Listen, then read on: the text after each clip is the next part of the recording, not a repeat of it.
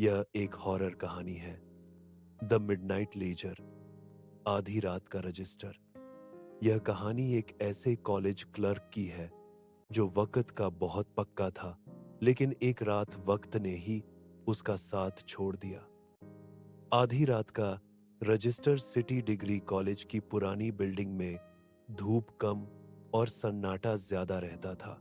वहां के क्लर्क सदानंद जी पिछले 30 सालों से एक ही कुर्सी पर बैठ रहे थे। उनका काम था पुराने रिकॉर्ड्स को संभालना। लोग कहते थे कि सदानंद जी को कॉलेज की हर फाइल का नंबर और हर पुराने छात्र का नाम मुंह जुबानी याद था।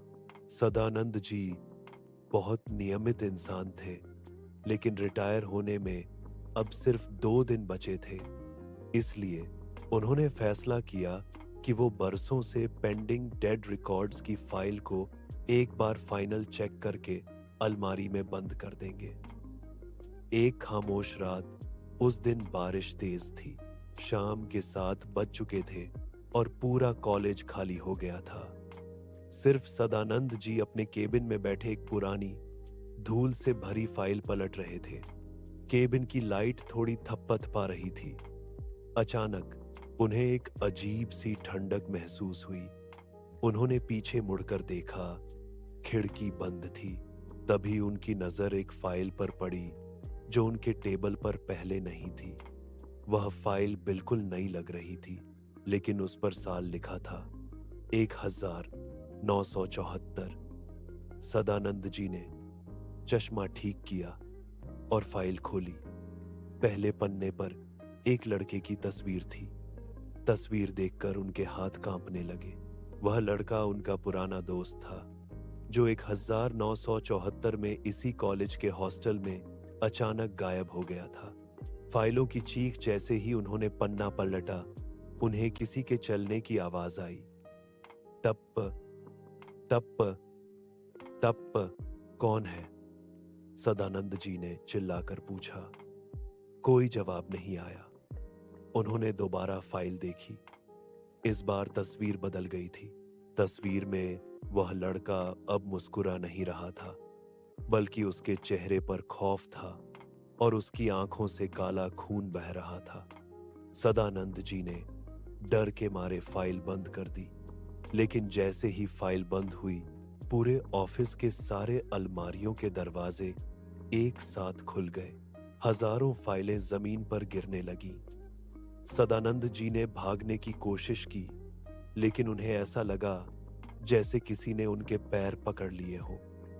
जब उन्होंने नीचे देखा तो जमीन पर गिरी हुई फाइलों से काले रंग के हाथ निकलकर उनकी टांगों को जकड़ रहे थे।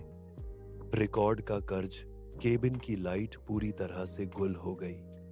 अंधेरे में सिर्फ एक पुराने टाइपराइटर के चलने की आवाज आ रही थी। टिक टिक टिकट डिंग। सदानंद जी ने डरते डरते अपनी मेज की दराज से टॉर्च निकाली। टॉर्च की रोशनी टाइपराइटर पर पड़ी। वहां कोई नहीं था, लेकिन कुंजियां अपने आप दब रही थीं।